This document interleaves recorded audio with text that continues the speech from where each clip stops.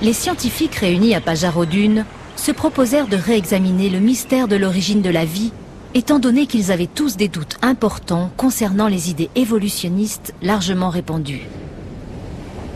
Parmi eux, le biochimiste Michael Behe se demandait comment des processus naturels avaient pu donner lieu aux structures très élaborées présentes dans les cellules vivantes.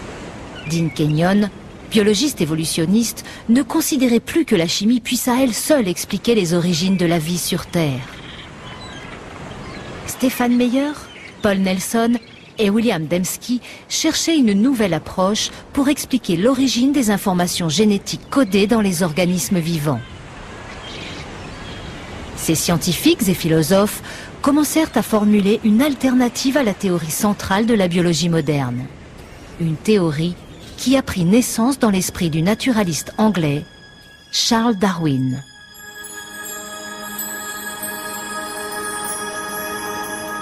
Il est vraiment intéressant de noter que plus nous en savons sur la vie et plus nous avons de connaissances en biologie, plus le darwinisme pose problème et plus la conception intelligente apparaît.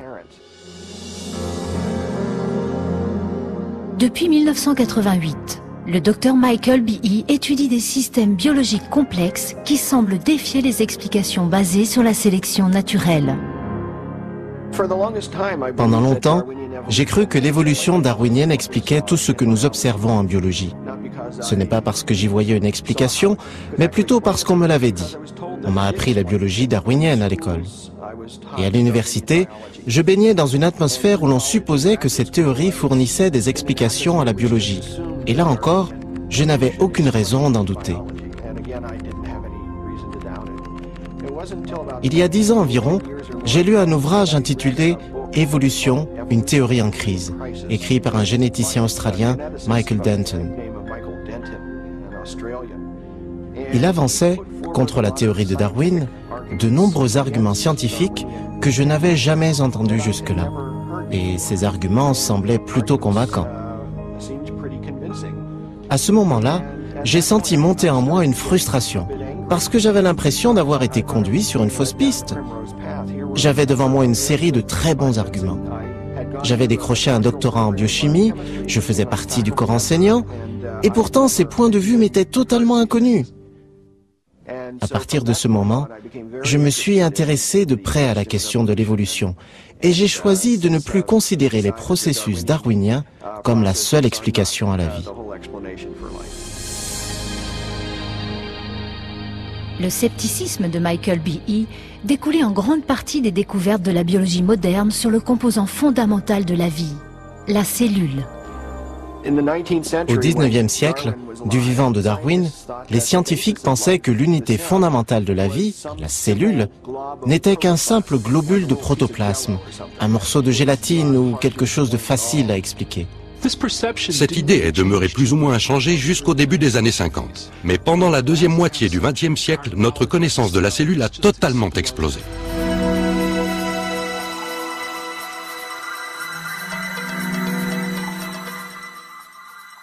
Aujourd'hui, les technologies de pointe révèlent des mondes microscopiques très élaborés.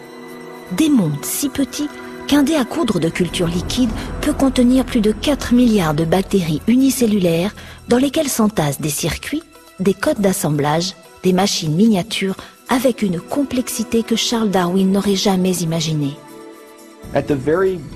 À la base même de la vie, là où les molécules et les cellules mènent la danse, on a découvert des machines.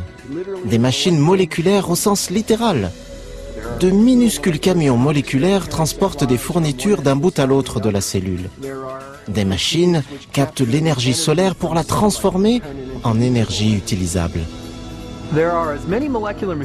Il y a autant de machines moléculaires que de fonctions organiques dans le corps humain. Le fait d'entendre, de voir, de sentir, de goûter, de toucher, la coagulation sanguine, la fonction respiratoire, la réponse immunitaire, tous font appel à une multitude de machines. Quand on observe ces mécanismes, on se demande d'où viennent-ils? Et la réponse classique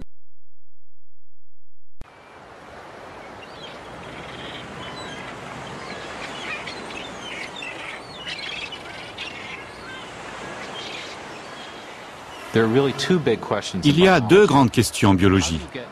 Comment apparaissent les nouvelles formes de vie, avec de nouveaux organes comme les ailes ou les yeux, à partir d'organismes qui existent déjà?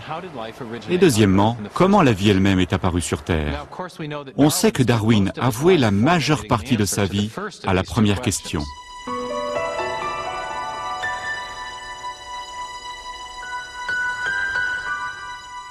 Charles Darwin a comparé l'histoire de la vie sur Terre à une grande arborescence.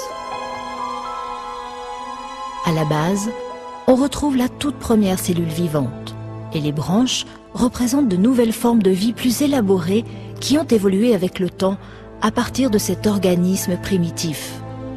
Darwin voulait expliquer l'origine des branches de cet arbre de vie. Il essaya de montrer comment la sélection naturelle aurait pu modifier des espèces, produisant ainsi la grande diversité de vie végétale et animale que l'on observe aujourd'hui sur Terre. Mais pour ce qui est de la base de l'arborescence, la première cellule vivante, Darwin n'a pas dit grand-chose. En fait, dans l'origine des espèces, il n'a même pas abordé la question de l'origine de la vie à partir d'une matière non vivante. Les seuls aperçus de ses opinions à ce sujet nous viennent d'une lettre qu'il a écrite à son collègue Joseph Hooker.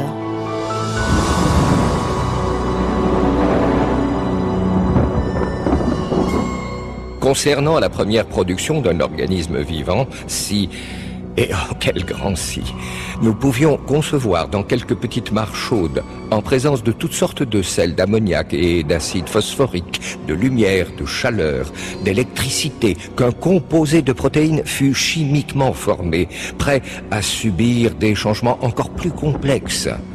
Aujourd'hui, une telle matière serait instantanément dévorée, mais peut-être qu'avant l'apparition des créatures vivantes, cela n'aurait pas été le cas. Au cours des dernières années de sa vie, Darwin développa peu l'idée selon laquelle une cellule aurait émergé de simples composés chimiques dans les eaux primitives de la Terre. Mais dans les années 20 et 30, un savant russe du nom d'Alexandre Oparin formula une théorie détaillée sur la possibilité de ce phénomène. Il l'appela l'évolution chimique. Oparin a essayé d'expliquer l'origine de la vie à partir des principes darwiniens. Il a imaginé de simples composés chimiques se combinant plusieurs fois pour former des molécules plus grandes. Puis ces molécules se seraient organisées à l'aide de variations aléatoires et de la sélection naturelle pour donner lieu à la première cellule vivante primitive.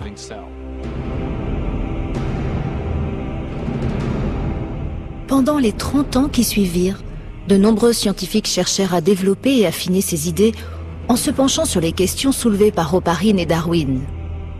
Comment la vie avait-elle pu émerger de simples produits chimiques?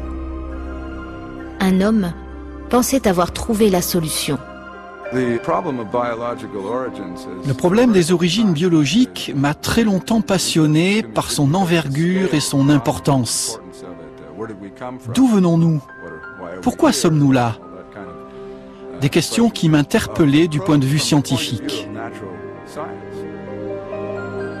De la fin des années 60 jusqu'au début des années 80, Dean Kenyon était l'un des théoriciens les plus avancés au monde dans le domaine de l'évolution chimique. Comme d'autres savants, il essayait d'expliquer comment la vie sur Terre était apparue à partir d'un processus purement naturel. En 1969, Kenyon coécrivit un ouvrage important sur l'origine de la vie. Gary Steinman et moi-même pensions qu'en réunissant toutes les preuves empiriques accumulées du milieu à la fin des années 60, nous aurions de fortes chances d'expliquer l'origine des principaux éléments ayant abouti à la vie.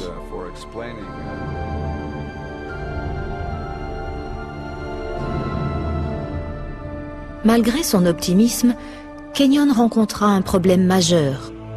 Pour expliquer l'émergence de la vie, il devait commencer par expliquer l'origine des briques essentielles de chaque cellule présente sur Terre, des macromolécules appelées protéines.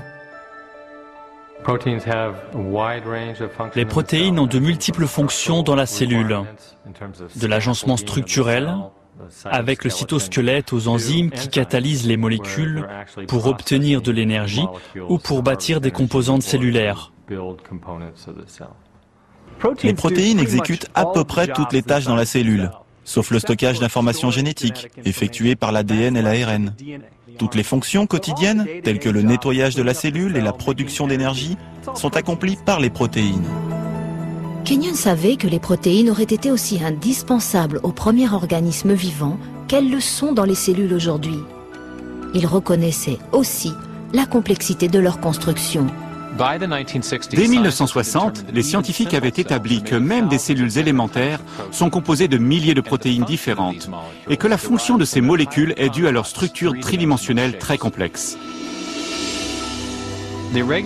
La forme irrégulière de certaines protéines leur permet de catalyser ou de déclencher des réactions chimiques grâce à leur parfaite adaptation aux autres molécules de la cellule. D'autres protéines s'emboîtent pour former des composants structurels. Les parties du moteur bactérien, comme cet anneau, sont composées chacune d'une seule protéine ou d'un assemblage de protéines qui lui donne une forme spécifique. Les protéines sont à leur tour composées d'unités chimiques plus petites, appelées acides aminés, reliés les unes aux autres pour former de longues chaînes. On observe un très grand degré de complexité dans l'architecture des acides aminés qui forment les protéines. Dans la nature, 20 types d'acides aminés servent à la construction de ces chaînes de protéines. Les biologistes les ont comparés aux 26 lettres de l'alphabet. Les lettres de l'alphabet peuvent faire l'objet d'un nombre énorme de combinaisons. C'est l'arrangement séquentiel des lettres qui détermine le sens des mots et des phrases. Si les lettres sont disposées correctement, on obtient un texte compréhensible. Sinon, on crée du charabia. Le même principe s'applique aux acides aminés et aux protéines. Il existe plus de 30 000 protéines distinctes et chacune d'elles repose sur une combinaison différente des 20 acides aminés évoqués précédemment. Ces acides sont disposés comme des lettres pour former des chaînes qui comptent parfois des centaines d'unités. Si les acides aminés sont bien séquencés, la chaîne sera alors pliée pour devenir une protéine fonctionnelle. Les acides aminés s'emboîtent les uns dans les autres pour former une architecture préprogrammée par l'ordre de ces acides. Une structure est ainsi élaborée en vue d'une fonction particulière. Toutes les protéines de la cellule ont donc une forme tridimensionnelle, basée sur la disposition des acides aminés dans la chaîne. Cette disposition est cruciale. Si des acides aminés sont mal séquencés, une chaîne inutile se forme et au lieu de devenir une protéine opérationnelle, elle est détruite dans la cellule. À l'instar des langues écrites ou des programmes informatiques, les protéines ont une spécificité très élevée. Le fonctionnement de l'ensemble dépend d'un arrangement précis des éléments individuels. Mais qu'est-ce qui produit les séquences précises de ces acides aminés, donnant ainsi des formes et fonctions spécifiques aux protéines? Au cours des années 50 et 60, des découvertes sur la structure des protéines ont poussé les biologistes à sonder ce mystère. Dean Kenyon pensait pouvoir le résoudre. Dans leur livre « La prédestination biochimique », Kenyon et Steinman proposèrent une théorie intrigante. Kenyon écrivit « La vie aurait pu être biochimiquement prédestinée par les propriétés d'attraction des parties chimiques, notamment entre les acides aminés dans les protéines. » Au moment de la parution de mon livre, mon collaborateur et moi étions entièrement convaincus que nous disposions d'une explication scientifique des origines. Kenyon suggéra que les propriétés chimiques des acides aminés les avaient attirés mutuellement pour former de longues chaînes qui sont devenues les premières protéines, les constituants les plus importants de la cellule vivante. Et cela signifiait que la vie était en fait inévitable, prédestinée tout simplement par la chimie. Beaucoup de scientifiques adoptent